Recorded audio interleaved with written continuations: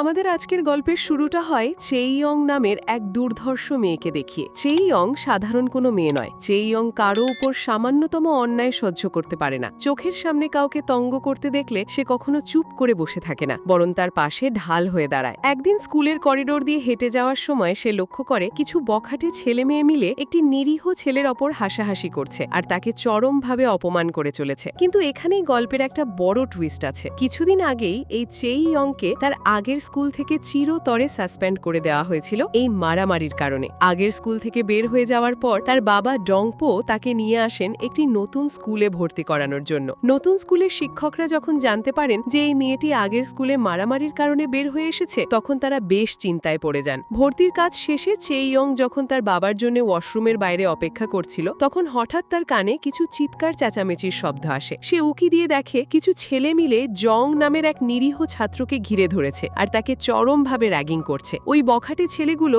জংয়ের ওপর ক্ষোভে ফেটে পড়ছিল, কারণ জং নাকি পরীক্ষায় তাদের কাউকে নকল করতে দেয়নি। তাই তারা রাগে জংকে মারধর শুরু করে দেয়। জং বেচারা মার খেতে খেতেও তাদের বোঝানোর চেষ্টা করে, আমি তোমাদের নকল করতে দিইনি, কারণ এটা সম্পূর্ণ অন্যায়। অন্য ছাত্ররা দিনরাত এক করে পড়াশুনো করে আর তোমরা নকল করে পাশ করবে, এটা তাদের সাথে বেইমানি করা হবে। প্রথম দিকে চেইয়ং নিজেকে আটকে রেখেছিল, সে কিছুই করেনি। কিন্তু যখন সে বুঝতে পারে যে জং একদম সঠিক কাজ করেছে, তখন সে চুপ থাকতে পারে না। সে তার মোবাইল বের করে ওই বখাটেদের বদমাইশির ভিডিও করতে শুরু করে। কিন্তু তারা চেইয়ংকে দেখতে পায়। তারা চেইয়ংকে হুমকি দেয়, এক্ষুনি ফোনটা আমাদের হাতে দে, নইলে তোর খবর আছে। কিন্তু চেইয়ং ভয় পায় না। সে সোজা জানিয়ে দেয়, আমি দেব না। ব্যাস, আর যায় কোথায়। ছেলেগুলো একযোগে তার ওপর ঝাঁপিয়ে পড়ে। চেইয়ং এমনভাবে পাল্টা আক্রমণ করে যে একটা একটা করে সব কটা গুন্ডাকে সে চোখের পলকে মাটিতে শুইয়ে দেয়। এই ঘটনার পর জংকে স্কুলের অফিসে নিয়ে যাওয়া হয়। অন্যদিকে পুরো স্কুলে একটা গুঞ্জন ছড়িয়ে পড়ে। সবাই অবাক হয়ে আলোচনা করতে থাকে যে নতুন আসা চেইয়ং মেয়েটা কতটা সাহসী আর আত্মবিশ্বাসী। সে যেভাবে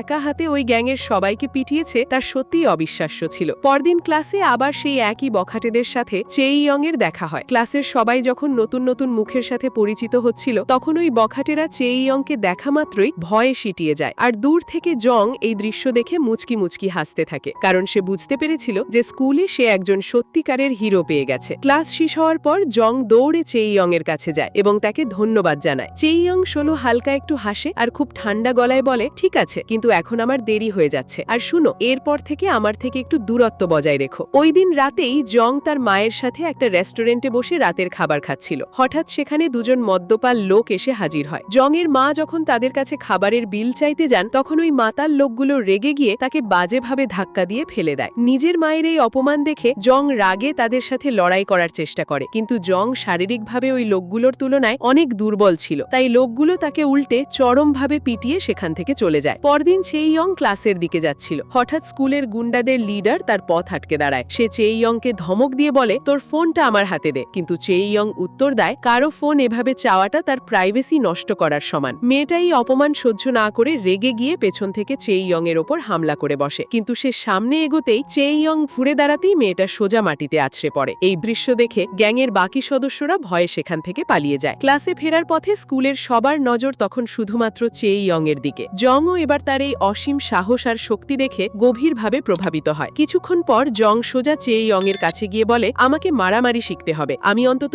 এতটুকু শিখতে চাই যাতে আমি নিজেকে রক্ষা করতে পারি। প্রথম দিকে চেইয়ং তাকে সরাসরি না করে দেয়, কিন্তু জং এর চোখে যখন সে সাহস দেখতে পায়, তখন সে আর না করতে পারে না। সে জংকে নিয়ে যায় তার বাবার ট্রেনিং সেন্টারে। সেখানে গিয়ে জং ভর্তি হওয়ার জন্য ফর্ম পূরণ করে। ডংপো খুব খুশি হয়ে হাসি মুখে জংকে বলেন, চলো বাবা, আজ থেকেই তুমি আমাদের সাথে তোমার ট্রেনিং শুরু করো। পরের দিন স্কুলে স্টুডেন্ট কাউন্সিলের মেম্বার জেনি নামের একটি মেয়ে তার বন্ধু হিসাং এর সাথে বেশ সিরিয়াস ভঙ্গিতে কথা বলছিল। জেনি আসলে মনে মনে হিসাংকে ভীষণ পছন্দ করত। সে খুব বিরক্ত হয়ে চেইয়ং এর নামে অভিযোগ করতে থাকে যে নতুন মেয়েটা স্কুলের সব নিয়ম কানুন আর শৃঙ্খলা ভেঙে চুরমার করে দিচ্ছে। সে বলে, আমাদের এক্ষুনি কিছু একটা করা দরকার। হিসাং তার কথায় সায় দিয়ে মাথা নাড়ে। এরপর তারা সোজা চলে যায় স্টুডেন্ট কাউন্সিলের প্রেসিডেন্ট জিন হুকের কাছে। সবাই মিলে দীর্ঘক্ষণ আলোচনা করে এবং ঠিক করে যে চেইয়ংকে তার এই ঔদ্ধত্যের জন্য একটা কঠিন শাস্তি দিতেই হবে। ওদিকে জং কিন্তু নিজের সিদ্ধান্তে একদম অটল। সে নিজেকে শক্তিশালী করার জন্য কারাটে ট্রেনিং এ রীতিমতো হাড় ভাঙা পরিশ্রম করে যাচ্ছে। প্রথম দিনেই তাকে দিয়ে লেগ স্প্লিটস করানো হয় আর ব্যথায় তার কোমর যেন ছিঁড়ে যাওয়ার উপক্রম হয়, কিন্তু সে হার মানতে রাজি নয়। পরের দিন সেই ইয়ংকে স্টুডেন্ট কাউন্সিলের সামনে তলব করা হয়। সেখানে জেনি, হিসাং এবং প্রেসিডেন্ট জিন হুক খুব গম্ভীর মুখে বসেছিল। জিন হুক তাকে বলে, তুমি কি বিনা কারণে ছাত্রদের সাথে মারামারি করেছো? সে বলে, আমি কারো সাথে মারামারি করিনি, আমি শুধু জংকে সাহায্য করছিলাম কারণ ওই ছেলেগুলো তাকে অকারণে বিরক্ত করছিল। কিছুক্ষণ কথাবার্তার পর হিসাং পরিস্থিতি সামাল দেয়। হিসাং বলে, ঠিক আছে, তুমি এখন যেতে পারো। বাকি দুজন এতে বেশ বিরক্ত হলেও মুখে কিছু বলে না। পরের সিনে আমরা দেখি চেইয়ং আর জং কারাতে প্র্যাকটিস করছিল। জং হঠাৎ জিজ্ঞেস করে, তুমি সবসময় এমন একা একা থাকো কেন? তুমি তো এত সুন্দর আর এতটা স্ট্রং। চেইয়ং বলে, আমি চাই না কেউ আমার জীবনে আসুক আর তারপর হঠাৎ করে চলে যাক। মানুষ আসে আবার চলে যায়, কিন্তু আমি চাই না কারো চলে যাবার অভাব আমাকে কষ্ট দিক। জং বলে, মানুষ চলে গেলেও তাদের সাথে কাটানো স্মৃতিগুলো তো সবসময় আমাদের সাথেই থেকে যায়। এই কথাটা শুনে চেইয়ং কিছুক্ষণ একদম চুপ হয়ে যায়। তার মুখের অভিব্যক্তি দেখেই বোঝা যাচ্ছিল যে জংয়ের কথাটা তার মনের খুব গভীরে গিয়ে ছুঁয়েছে। সেদিন রাতে শহরের একটা রেস্টুরেন্টে বেশ জমকালো পার্টির আয়োজন চলছিল। হিসাং, জিনহুক, জেনি এবং অন্যান্য ছাত্ররা মিলে তাদের বন্ধু কংশিকের ফিরে আসা উদযাপন করছিল। এই কংশিককে কিছুদিন আগে স্কুল থেকে সাসপেন্ড করা হয়েছিল, কারণ সে নিরীহ বাচ্চাদের চরমভাবে অত্যাচার করত। সবাই যখন আনন্দে মেতে আছে তখন হিসাং চুপ করে আছে। সে ভেতরে ভেতরে এক অদ্ভুত অস্বস্তি অনুভব করছিল। সে আর জিনহুক রেস্টুরেন্টের বাইরে বেরিয়ে আসে। বাইরে এসে জিনহুক বলে সে জে সাং নামের একটা কুখ্যাত গ্যাংয়ে যোগ দেওয়ার কথা ভাবছে। হিসাং কথাটা শুনে রীতিমতো চমকে ওঠে। সে বলে, তুমি কি পাগল হয়ে গেছো? ওই গ্যাংয়ে যাওয়ার মানেই তো নিজেকে বিপদের মুখে ঠেলে দেওয়া। কিন্তু জিনহুক তাকে পাত্তা না দিয়ে বলে, আমি এরই মধ্যে ওই গ্যাংয়ের লিডারের সাথে দেখাও করে নিয়েছি, এখন শুধু আমাকে এন্ট্রি ফিটা জমা দিতে হবে, তাহলেই আমি ওদের অফিসিয়াল সদস্য হয়ে যাব। পরের দিন সেই গ্যাংয়ের লিডার সাংজিন স্বয়ং স্কুলের স্টুডেন্ট কাউন্সিলে এসে হাজির হয়। সে জিনহুককে দ্রুত টাকাটা জোগাড় করে দিতে বলে এবং লোভ দেখায় যে একবার সদস্য হয়ে গেলে সে কত ধরনের ক্ষমতা আর সুবিধা পাবে। এদিকে গ্যাং লিডার ততক্ষণে জেনে গেছে যে হিসাং একজন দুর্দান্ত ফাইটার, বিশেষ করে বক্সিংয়ে সে দারুণ দক্ষ। সে হিসাংকেও তাদের গ্যাংয়ে যোগ দেওয়ার প্রস্তাব দেয়, কিন্তু হিসাং তাকে মুখের ওপর সোজা না করে দেয়। হিসাংয়ের এই প্রত্যাখ্যান জিনহুকের আতে ঘা দেয়। সে রাগে ফেটে পড়ে। সে মনে মনে ফন্ডি আটে যে এখন কাউকে একটা বেদম পিটিয়ে তার এই রাগটা মেটাতে হবে। আর এই বলির পাঠা হিসেবে সে বেছে নেয় নিরীহ জংকে। সে সাথে সাথে কংশিককে নির্দেশ দেয় জংকে ধরে আনার। তারপর দুজন গুন্ডা জংকে ধরে এনে ভয় দেখানোর চেষ্টা করছে, কিন্তু এবার জং আর আগের সেই দুর্বল জং নেই। সে কারাতে প্র্যাকটিস করে কিছুটা হলেও নিজেকে তৈরি করেছে। সে ভয় না পেয়ে সোজা তাদের সাথে লড়াইয়ে নেমে পড়ে, কিন্তু দুর্ভাগ্যবশত গুন্ডাদের পেশি শক্তির কাছে সে হার মানে। ঠিক সেই মুহূর্তে সেখানে হাজির হয় হিসাং। সে গুন্ডাদের আটকানোর চেষ্টা করে চিৎকার করে বলে, থামো তোমরা। সে জিনহুকের আদেশ অমান্য করে জংকে বাঁচাতে যায়, কিন্তু এটা দেখে কংশিক রাগে উন্মত্ত হয়ে হিসাংয়ের উপর ঝাঁপিয়ে পড়ে এবং তাকেও প্রচণ্ড মারতে থাকে। ঠিক তখনই সেখানে এন্ট্রি নেয় চেইয়ং। সে জংয়ের হাত ধরে বলে, চলো এখান থেকে যাই, কিন্তু কংশিক পেছন থেকে তার উপর হামলা করতে ছুটে আসে। চেইয়ং তার কারাতে স্কিল দিয়ে কংশিককে মাটিতে কুপোকাত করে দেয় আর একটু দূরে দাঁড়িয়ে জে সাং সে পুরো ঘটনাটা দেখছিল। চেইয়ং এর ফাইটিং স্কিল দেখে সে মনে মনে মেয়েটার উপর ক্রাশ খেয়ে বসে। মারামারির এই ঝামেলার পর চেইয়ং আর জং তাদের নিয়মিত কারাতে প্র্যাকটিসের জন্য ডোজোতে যায়, কিন্তু আশ্চর্যের বিষয় হলো এবার তাদের সাথে হিসাংও সেখানে হাজির হয়। হিসাং এসে বলে, আমি এখন শুধু সেলফ ডিফেন্স শিখতে চাই, যাতে আমার দ্বারা আর কারো কোনো ক্ষতি না হয়। জং তখন খুব গর্বের সাথে বলে, আমি আমার মায়ের সুরক্ষার জন্য কারাতে শিখতে চাই। কিন্তু হিসাং মূলত চেইয়ং এর কাছাকাছি থাকার জন্য কারাতে শিখতে এসেছিল, কিন্তু চেইয়ং তাকে একদমই পছন্দ করত না, কারণ হিসাং একসময় ওই বদমাশ গ্যাংয়ের সাথে যুক্ত ছিল। হিসাং তাকে বোঝানোর চেষ্টা করে, আমি ওই বাজে গ্রুপটা চিরতরে ছেড়ে দিয়েছি, আমি এখন নিজেকে সম্পূর্ণ বদলাতে চাই। অন্যদিকে জিনহুক তখন টাকার অভাবে রীতিমতো দিশেহারা হয়ে পড়েছিল। সেই গ্যাংয়ে ঢোকার এন্ট্রি ফি জোগাড় করার জন্য মরিয়া হয়ে ওঠে। সে তার সাগরে কংশিক এবং গ্যাংয়ের বাকি বদমাশদের নির্দেশ দেয়, যাও স্কুলের ভেতরে গিয়ে সাধারণ ছাত্রছাত্রীদের ভয় দেখাও আর তাদের থেকে জোর করে টাকা আদায় করো। নেতার নির্দেশ পেয়ে একদিন ওয়াশরুমের ভেতরে শান্তশিষ্ট স্বভাবের একটা ছেলেকে ধরে ফেলে, যে কিনা একা একা বসে পড়াশোনা করছিল। তারা তাকে ঘিরে ধরে টাকা বের করে দেওয়ার জন্য চরমভাবে ধমকাতে থাকে। ঠিক সেই মুহূর্তে জং সাহসের উপর ভর করে ওই বদমাশদের সাথে লড়াই করার চেষ্টা করে, কিন্তু জং এর মনের জোর থাকলেও তার কারাতে স্কিল তখনও ততটা পোক্ত হয়নি। ফলে সে ওই গুন্ডাদের কাছে খুব বাজেভাবে মার খেয়ে হেরে যায়। সেদিন মার খেয়ে জং এর ভেতরে এক অদ্ভুত জেদ আর প্রচন্ড রাগ জন্মায়। সে ক্ষোভে সোজা ছুটে যায় চেইয়ং এর বাবা ডংপোর কাছে। ডংপোর সামনে গিয়ে সে দৃঢ় কণ্ঠে বলে, আমাকে একজন সত্যিকারের ফাইটার হতে হবে, এমন ফাইটার যাতে এরপর থেকে কেউ আমাকে বা অন্য কোনো নিরীহ মানুষকে আর কখনো বিরক্ত করতে না পারে। জং এর এই কথাগুলো শুনে ডংপো জং এর চোখে এক জ্বলন্ত আগুন আর ইচ্ছা শক্তি দেখতে পান। তারপর এরপর তিনি একটা বিশাল কাঠের স্তূপ দেখিয়ে বলেন, এই কাঠের ওপর ততক্ষণ পর্যন্ত নিজের মুষ্টি দিয়ে আঘাত করতে থাকো যতক্ষণ না তোমার হাত দুটো লোহার মতো মজবুত হয়ে যায়। গুরুর আদেশ পেয়ে জং সেখানে অনুশীলন করতে শুরু করে। সে ওই কাঠের খুঁটিতে 1000 বারেরও বেশি প্রচণ্ড জোরে আঘাত করে, আর ধীরে ধীরে তার শরীর আর মন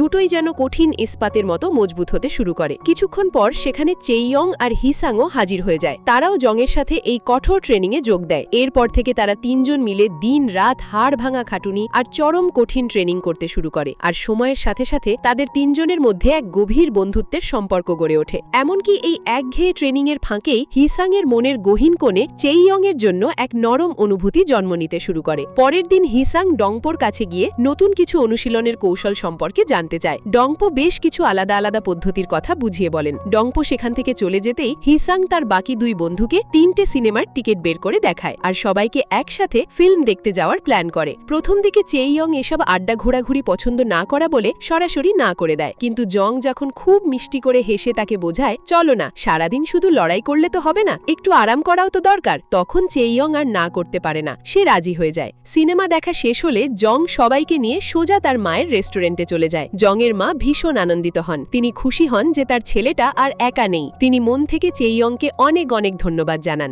রাতে বাড়ি ফেরার পথে হিসাং আর চেইয়ং একসাথে হাঁটছিল। মাঝপথে তারা একটা সুপারমার্কেটের সামনে দাঁড়ায়, আর ঠিক সেখানে সেই নিস্তব্ধ রাতে হিসাং প্রথমবার নিজের অন্ধকার অতীত নিয়ে মুখ খোলে। সে চেইয়ংকে জানায় যে তার ছোটবেলাটা মোটেও স্বাভাবিক আর সুন্দর ছিল না, বরং সেটা চরম কষ্টের ছিল। সে বলে যে তার বক্সিং কোচ সবসময় তার সাথে জঘন্য খারাপ ব্যবহার করত, আর সে একটা অত্যন্ত বিষাক্ত পরিবেশে বড় হয়েছে, কিন্তু সে এখন ওই অন্ধকারের পথ ছেড়ে দিয়ে নিজের জীবনটাকে নতুনভাবে সাজাতে চায়। হিসাংয়ের এই করুণ কথাগুলো শুনে চেইয়ং ভীষণ আবেগপ্রবণ হয়ে পড়ে। সে হিসাংয়ের দিকে তাকিয়ে কথা দেয় যে সে তাকে সাহায্য করবে এবং সব সময় তাকে সঠিক পথে ধরে রাখবে। অন্যদিকে জেসাং নামের সেই ছেলেটা এখন পুরোপুরিভাবে গ্যাংয়ের ভেতরে ঢুকে পড়েছিল। সে জিনহুককে উস্কে দিয়ে বলে, এখন আমাদের প্রধান লক্ষ্য হবে পুরো স্কুলটাকে নিজেদের কন্ট্রোলে নিয়ে আসা। এই কথা কাটাকাটি একসময় এতই চরম আকার ধারণ করে যে তা হাতাহাতি আর ভয়ানক মারামারিতে রূপ নেয়। আর এই লড়াইয়ে হিসাং তার স্কিল দিয়ে জিনহুককে খুব বাজেভাবে হারিয়ে দেয়। জিনহুক প্রতিশোধের নেশায় পাগল হয়ে সোজা চলে যায় স্টুডেন্ট কাউন্সিলের সেই জেনি নামের মেয়েটির কাছে এবং বলে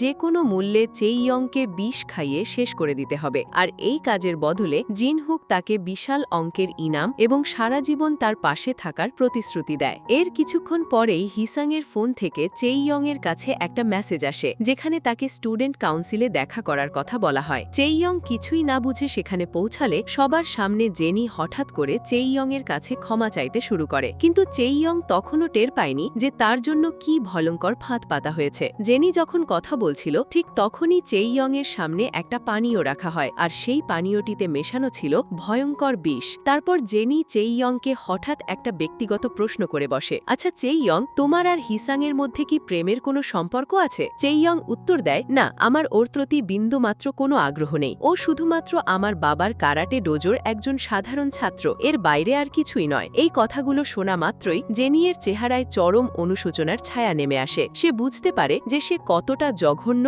এবং মস্ত বড় একটা ভুল করতে যাচ্ছিল। তারপর সে গ্লাসটি হঠাৎ করেই নিচে ফেলে দেয়। ঠিক সেই মুহূর্তেই সেই গুন্ডা কংশিক হুড়মুড় করে ঘরের ভেতর প্রবেশ করে। জিনহুক রাগে হিতাহিত জ্ঞান শূন্য হয়ে জেনিকে কষিয়ে এক থাপ্পড় মারে এবং চিৎকার করে বলে, তুই আমার কথা পুরোপুরি শেষ করার আগেই সব প্ল্যান ভেস্তে দিলি। এরপর কংশিক চেইয়ংয়ের গলা চেপে ধরে। আচমকা হওয়া এই হামলায় চেইয়ংয়ের পক্ষে নিজেকে বাঁচানো প্রায় অসম্ভব হয়ে দাঁড়ায়। অন্যদিকে জং তার ক্লাসের দুজন সহপাঠীকে নিজেদের মধ্যে ফিসফিস করে কথা শুনতে শোনে যে জিনহুক আর তার দলের গুন্ডারা চেইয়ংকে জোর করে তুলে নিয়ে গেছে। এই খবরটা শোনা মাত্রই জং দৌড়ে হিসাংয়ের কাছে যায় এবং তাকে পুরো ঘটনাটা খুলে বলে। হিসাং সাথে সাথে জিনহুককে ফোন করে আসল সত্যিটা জানার চেষ্টা করে, আর যখন সে পুরোপুরি নিশ্চিত হয় যে চেইয়ং সত্যি চরম বিপদের মধ্যে আছে, তখন তার রক্ত উঠে যায়। সে এবং জং দুজনে মিলে পাগলের মতো দৌড়াতে দৌড়াতে স্কুলের জিমনেসিয়ামের দিকে রওনা হয়, কিন্তু তারা সেখানে পৌঁছাতেই দেখে যে কংশিক আর তার বিশাল গুন্ডা বাহিনী তাদেরকে চারপাশ থেকে ঘিরে ফেলেছে। তবে তারা সবাইকে পিটিয়ে পিট করে দেয়, কারণ তারা কারাটে জানে, এবং তারপর সোজা স্টুডেন্ট কাউন্সিলের ঘরের দিকে এগিয়ে যায়।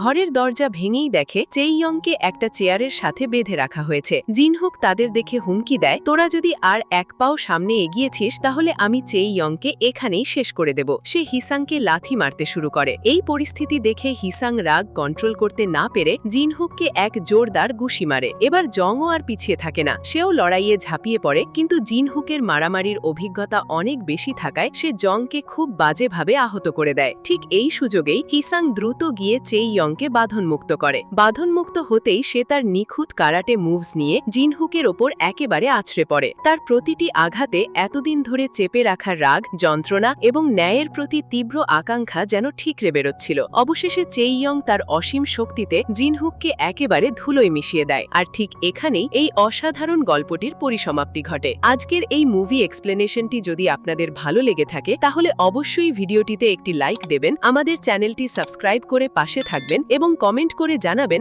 আগামীতে কোন মুভির গল্প শুনতে চান।